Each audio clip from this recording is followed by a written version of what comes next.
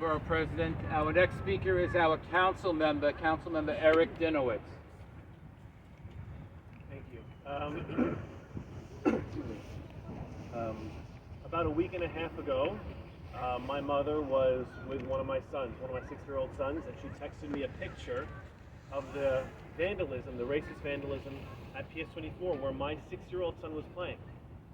And it was horrifying, and I had to explain, Borough President Gibson mentioned this, but when my son asked me what the words meant, what the words were and what the words meant, it was very difficult to explain it to him. Right? My children, we teach love. Children aren't born hating one another for no reason. Right? It is learned. And so to explain that to him was one of the more difficult conversations I had to have as a father. And then to hear about another racist act in our community who works hard together to lift each other up, is despicable. And it is not what we stand for in this corner of the Bronx, anywhere in the Bronx, or anywhere in the city. I'm grateful to have partners in government and community leaders who feel the same way. But it is not enough to stand together, we have to work together. And so I am grateful to have partners in government and the community who are active in that work. And can we just, I don't know if your microphones pick this up, but can we talk about what our parks are? You hear behind us, there are children playing.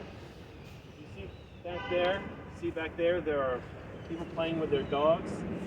Go further back, there are kids playing in the playground. At some point, kids at that school over there are going to go out for lunch and play outside. And that's what our community is about, that's what our parks are about. They're not about hate. And so what are we going to do? Well, first, we've spoken with the 15th Precinct, and they're committed to patrolling this area to catch anyone doing something hateful. But it's not enough to catch people as they're doing it or right before they're going to do it. We have to teach that love and empathy, because kids have learned to hate, adults have learned to hate, they're not born with it. And so we have to do a job teaching them to love and honor and respect one another. And so with rabbis, community leaders, and professors, we're going to start working together to build a coalition of leaders throughout the community to address these problems in our schools, outside our schools. And so in speaking with the community leaders beforehand, clergy and community groups, community members, and school children, not for a workshop, but for a long-term solution to addressing these problems.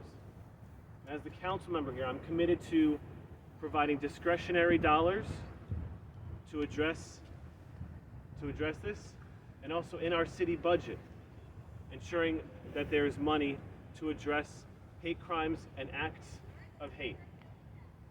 Last year, the City Council provided over $5 million. I'm going to seek to increase that funding to address the increase in hate crimes. I think some people might say it's easy to write this off as graffiti. It's not the same as violent punching someone, hitting someone. But there's pain in words, and there's pain in symbols. And the person who walks up to someone for what they look like, how they're dressed, their religion, and punches them in the back of the head, they didn't start out violent. It starts with the words, and before that it starts with the feelings, and it starts with the ignorance. So we as a community are committed to long-term solutions, and as a councilman and as leaders in government, we are committed to funding those solutions to make sure acts like this don't happen again. We can finally see a decrease and an elimination of hate crimes in our city.